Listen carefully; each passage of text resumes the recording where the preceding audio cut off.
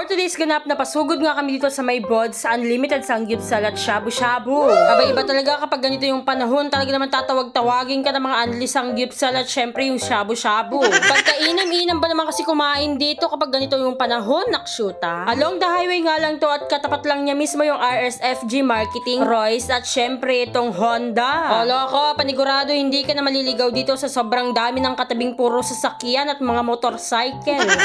Pumasok na nga kami at sobrang nagandahan ko yung ambience dito sa loob. Paano ba naman kasi sobrang lamig na nga sa labas, pag pumasok ka doble-doble nakshuta, pang freezer ata ng karne dito, charis. Shock na mapaparami ka ng kain dito at sabaw. Paano ba naman kasi sobrang lamig talaga dito, 0 degree naman ata dito, charis. Kasyang-kasya nga kayong magbabarkada dito at syempre yung mga pamilya ninyo, isama nyo na rin yung mga chismosa yung kapitbahay, nakshuta. O diba, mapasingle at taken dito at lalong-lalo na yung katulad kung palaging gutom, nakshuta. At hindi nga lang yung sanggipsal at shabu-shabu ang ino-offer dito, syempre meron din mga coffee.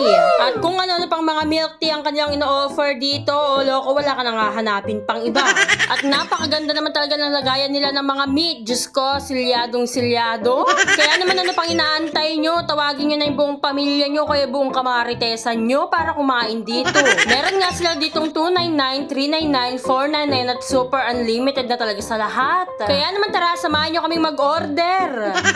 Hindi na lang natin kunin lahat yun. Only naman, di ba? May kayo, nagsabot-sabot tayo.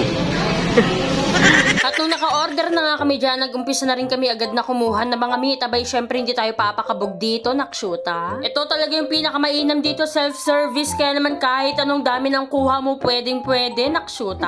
Pero syempre, lagi nyong titiyakin na kapag kumuha kayo, abay, syempre mauubos nyo dapat. Kaya naman ako konting pabebe lang muna dahil nga first time ko rin talagang kumain dito. Pero sa sobrang first time ko, nanginginig-ginig pa akong kumuha ng pagkarami-raming karne, nakshuta. Abay, second batch na nga kumuha ang dada, talagang hindi rin siya nagpakabog. Taga ilaban na kano. Hinayaan ko na nga muna siyang kumuha doon at tumiretso naman ako dito sa kuhanan ng mga spinach. Ay loko, lettuce pala to, nakshuta. After naman yan, kumuha na rin ako ng mga side dishes at syempre hindi dapat mawala yung kimchi. Pero Diyos ko, mapapalaban na naman tayo neto. At ito na nga pala yung pinagkukuha namin ng dada, Diyos ko, ng karami. Tamang nakakuha na kami dahil nga inaantay na lang din namin yung iba naming kasama. Abay, dumating na nga rin pala sila, kaya naman let's start, let's do it, let's eat, nakshuta. Habang pinapainit nga namin yung mga lutuan na yan, abay syempre mag-aano muna tayo, mag-aani-aningan na ganyan, nakshuta. Kaya naman sobrang excited na kaming kumain dito dahil lahat kami first time namin dito. At super sulit nga naman talaga. Nung medyo mainit na nga yung kawali, abay syempre numpisan na rin namin na magluto-luto dahil nga nagugutom na rin kami. Napakarami naman palang meat dito. Grabe, hindi ko kinakaya. Abay, nanginginig-nginig pa kung titignan mo, no? Nung medyo nakakaluto na nga kami ng paunti-unti, abay, numpisan ko na rin kumain. Na Diyos ko, ng kanyaman na. Wag kayo, yung cheese nila dito, talagang magbabayad ka lang ng piso, unlimited na, o saan ka pa? Dumating na nga rin pala yung shabu-shabu namin na inantay namin dahil nga naubusan daw, bumili pa sila sa Save More, charis. Ito talaga yung pinakamainam na masarap ngayong tag-ulan, nakshuta, ng kanyaman na, mekos-mekos mo na yan insan. Sa sobrang sarap nga ng sabaw nila, syempre hindi nagpakabog din ang anak ko.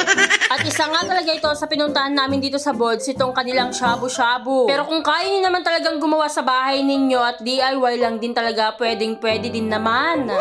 Abay, kung hindi mo naman bet ang shabu-shabu, pwede ka rin magtimpla ng ramen o kaya naman ng noodles. Nakakatuwa nga dahil noon, hindi mo talaga kami makikitang kumakain neto. Pero syempre nakakaluwag-luwag na tayo at medyo nakaka-adjust na. Abay, syempre subukan din naman natin. Kaya naman napakasarap talaga ng kain namin dito at sobrang sulit na nga din talaga. Pero Diyos ko, dahil nga unli din yung cheese, sabay talaga naman sinausaw-sausaw ng dada dyan, sabay kain, nakshuta. Sabay hindi pa talaga kami natatapos, no? Talaga naman pati yung taba-taba, nanginginig-nginig pa. Sabi namin magpapahinga lang kami pero nakaramdam na kami ng busog. Kaya naman thank you so much, Bods. Kaya naman yun lang mga kavava. Salamat sa panonood.